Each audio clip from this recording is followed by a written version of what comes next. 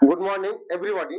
প্রত্যেকদিন যেমন বিভিন্ন অঙ্ক শেখাই তেমন আজকেও শতকরায় প্রকাশ করা অঙ্ক করছি। কি আছে অঙ্কটি দেখে নিই।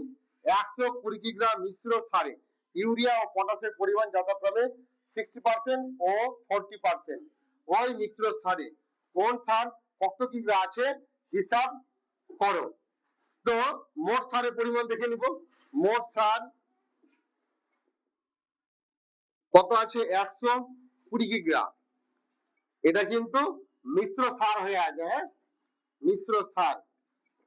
ঠিক আছে, তাহলে ইউরিয়া কতটা আছে? ইউরিয়া ইউরিয়া আছে 60% ও পটাশ কতটা আছে? পটাশ আছে 40%। এ থাকার ফলে ওই মিশ্র সারে কোন সার কতটা আছে আমাদের বের করতে হবে। তো একবারে হয়ে যাবে। তাহলে ইউরিয়ার পরিমাণ, ইউরিয়া সারের সারের পরিমাণ পরিমাণ সমান কত? 120 কিগ্রা।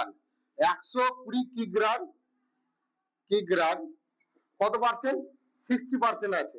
ওকে, তাহলে 120 গুণিত হচ্ছে 60% ওঠার জন্য 100 দিয়ে ভাগ, তাহলে এত কিগ্রা। ঠিক আছে, এই শূন্য কাটা, এই শূন্য কাটা, এই শূন্য, এই শূন্য কাটা, তাহলে কত থাকলো? 12 গুণিত 6 এত কিগ্রা সমান কত? 6 12 72 কিগ্রা। হ্যাঁ, তাহলে কি আছে? আর পটাশ সার, অতএব পটাশ সারের পরিমাণ, পটাশ সারের পরিমাণ সমান কত? ওটা 120 কিগ্রা, 20 কিগ্রার কত পার্সেন্ট? 40%। তাহলে 120 গুণিত হচ্ছে 40% ওঠার জন্য 100 দিয়ে ভাগ, এত কিগ্রা। এই শূন্য, এই শূন্য কাটা, এই শূন্য, এই শূন্য কাটা, তাহলে কি হলো? 12 গুণিত 4 এত কিগ্রা সমান হচ্ছে 4 12 কত? 48 কিগ্রা। তাহলে এবার আমি লিখে দেব। কি লিখে দেব? তাহলে ওই মিশ্র সারে, ওই মিশ্র সারে ইউরিয়ার পরিমাণ, ইউরিয়ার পরিমাণ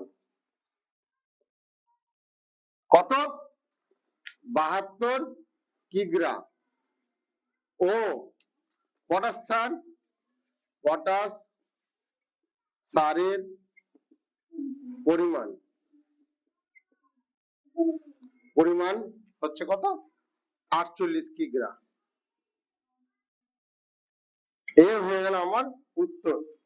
তো যারা যারা আমার ভিডিওটি দেখছো ভালো লাগলে অবশ্যই লাইক, কমেন্ট এবং শেয়ার করে দিবেন। তো সকলকে অসংখ্য অসংখ্য ধন্যবাদ। Thank you.